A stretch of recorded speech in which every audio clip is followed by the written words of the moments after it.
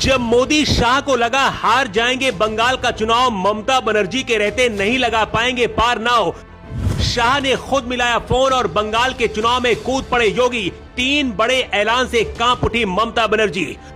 उर्दू बोलने वाले जाएंगे बांग्लादेश, वंदे मातरम से नफरत करने वालों को देश छोड़ने की नसीहत।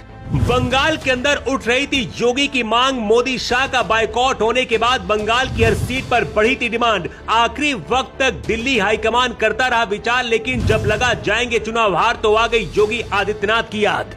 इससे पहले बिगड़ता बंगाल का समीकरण, ममता बनर्जी करती ध्रुवीकरण, शाह ने फोन मिलाया और बंगाल के रण में कूद पड़े योगी आदित्यनाथ। मोदी को ये बात पता है कि जो काम वो नहीं कर सकते हैं उसे योगी कर सकते हैं। इस वक्त पूरे देश में यूजीसी विवाद के बाद मोदी के खिलाफ हवा चल रही है, इसीलिए मोदी का विरोध बंगाल में बीजेपी के लिए हार की वजह न बन जाए, योगी आदित्यनाथ को खुली कमान दी गई है।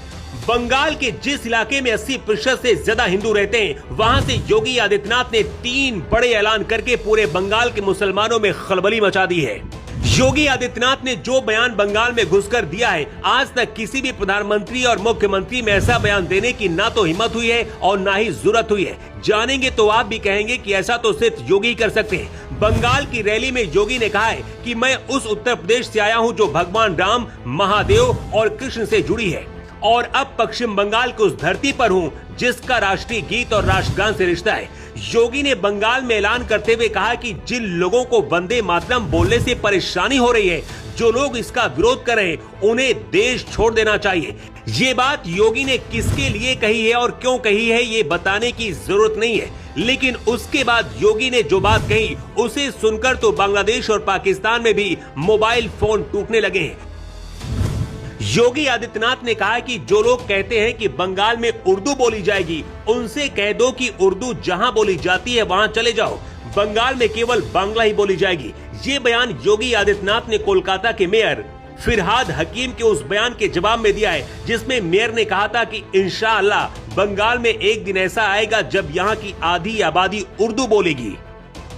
मिदनापुर से योगी आदित्यनाथ ने ममता बनर्जी को चुनौती देते हुए कहा है कि बंगाल में बांग्ला संस्कृति ही चलेगी, कठमुल्लापन की संस्कृति नहीं चलने देंगे। योगी आदित्यनाथ का इतना ज्यादा आक्रामक होना कई सवाल पैदा करता है। क्या बीजेपी योगी के सहारे चुनाव जीतना चाहती है?